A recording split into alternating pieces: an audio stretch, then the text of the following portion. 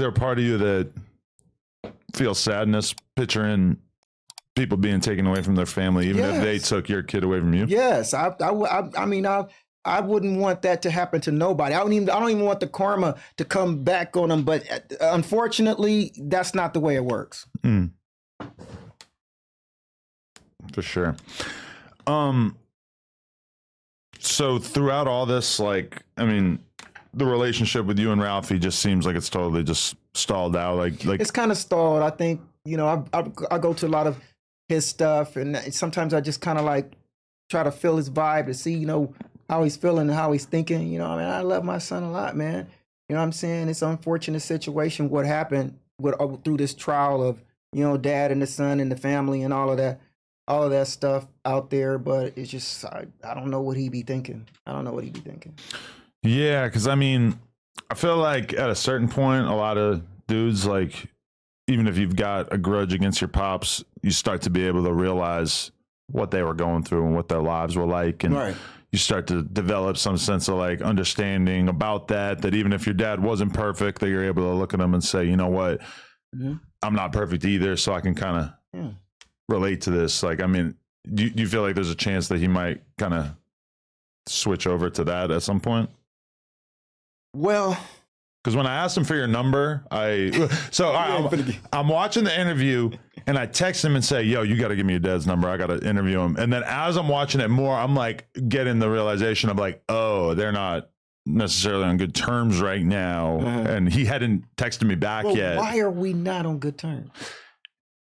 Let's ask the right. Why are we not on good terms? What would be the reason for him not to be on good terms with me? The only stuff that I've seen, like if it goes deeper than the idea that you just weren't around during their childhood, then I don't know about anything deeper than that. That's not the truth. That was not a situation that somebody could pinpoint and say, you were a dad that avoided trying to be around them. And that's not the truth at all. Because that's their slogan, right? Ain't that their slogan? We know the truth, but didn't tell the truth. The truth can be controversial. It can be hard to arrive at the truth. His opinion of the truth could be, I mean, what he thinks of the truth, it could be totally different from me. Because you got to remember, he was 7. He was 7 when all of this happened. So I don't know how good kids' memories are, because I can't remember nothing when I was 7. Can any of y'all remember anything when y'all was 7? Like glimpses, you know? Like when you remember, Jesse, anything when you're 7?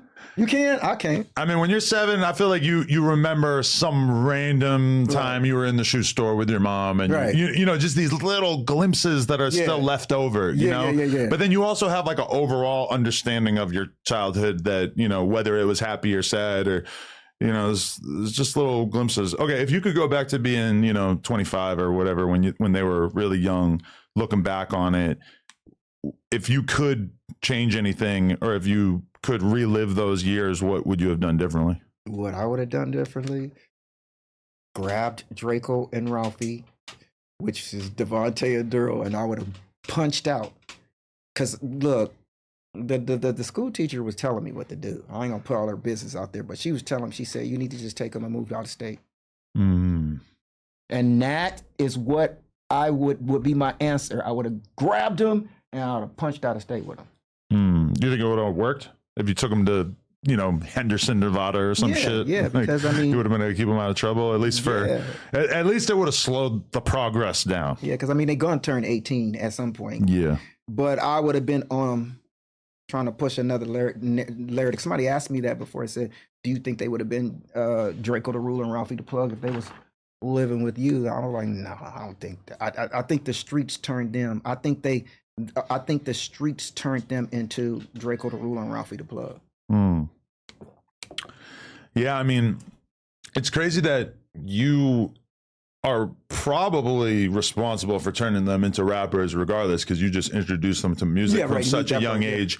And I really feel like, you know, a lot of the times when I see people who are successful with music, it just happens to be the person who started getting their reps in when they were really young. Like they learned an instrument super young, or they were 12 recording in their room. And then by the time they're 22, they got like 10 years of experience and they just figured out how to make music good and stuff. But you also didn't necessarily know that we were going to enter into this future in which music was kind of used as like a conduit for so many of the tensions in the streets.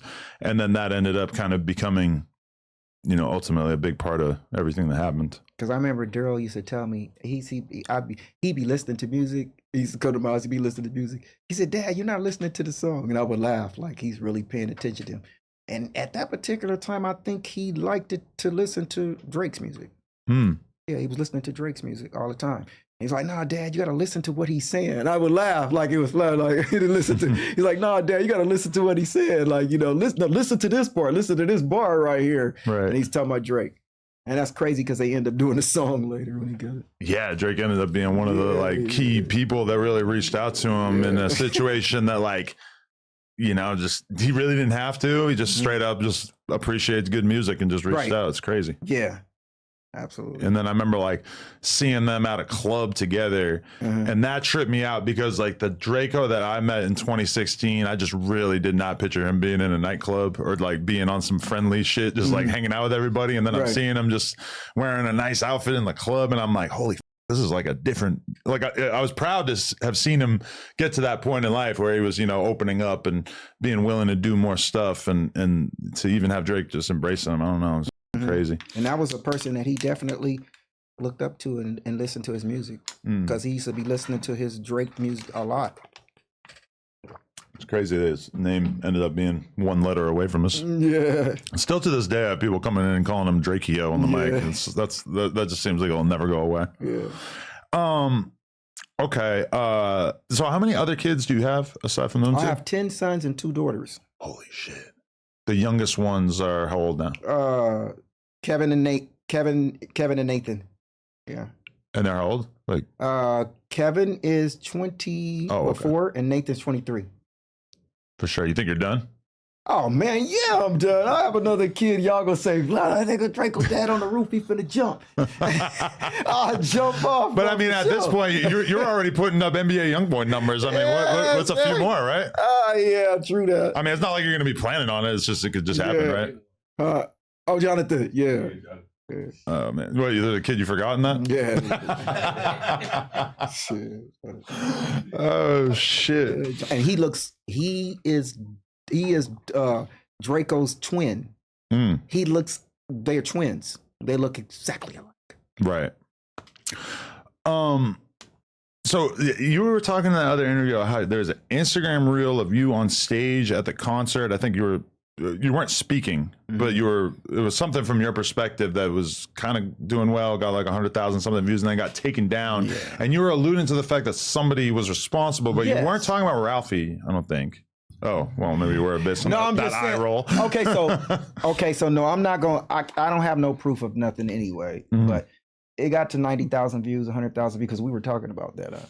And then next thing you know, the video gets taken down, and I'm like, Impatient TV. That's okay. Well, why'd he take it down? You know, I'm not. Hey, bro, you put the video up. You could take the video down if you want. I was just wondering why. Why did you take it down? It was getting some numbers. Ain't that what they do it for? Sure. I mean, so why did he take it down? So that means that somebody from that crew said, take that video down. And I got an idea who that somebody was. Yeah. Interesting. Somebody said, take that video down. Yeah, I mean, like, what's the feedback been since you did that other interview? Because I feel like people are probably like really fascinated to find out who Drakeo and Ralfy's dad is, but then they also understand that maybe you aren't on the best terms with Ralfy. So, I mean, is it a lot of love from the fan base, or is it some? Yeah, well, okay. I was kind of like, my son Lorenzo was like, Dad, you read the comments? I'm like, no, I haven't read any of the comments. So I seen it was a bunch of comments. So once I started reading the comments, I would say that it was 90% people that was interested in the story, positive. And there was probably about 10% of people, you know, the trolls and all that was saying what they had to say. I'm like, why would they say something like that? He said, oh, Dad, they be is that the word? Trolling, yeah. Did I say right? Trolling? He said, no, Dad, they be trolling. I'm like, what? I said, what does that mean? What does trolling mean? What does that mean? Oh, they just saying whatever they can say to get some attention to piss you off. I'm like, how does that make? I still don't understand it. Yeah. It's a weird world. Yeah, like what do you mean? I mean, why would you speak on something that a person that you don't even know and say something just like that? Oh, Dad, that's how he's trying to explain it to me like, Dad, they do that because they got to get some attention, but at the same time, I'm like, all right, man, forget it now. I want to know.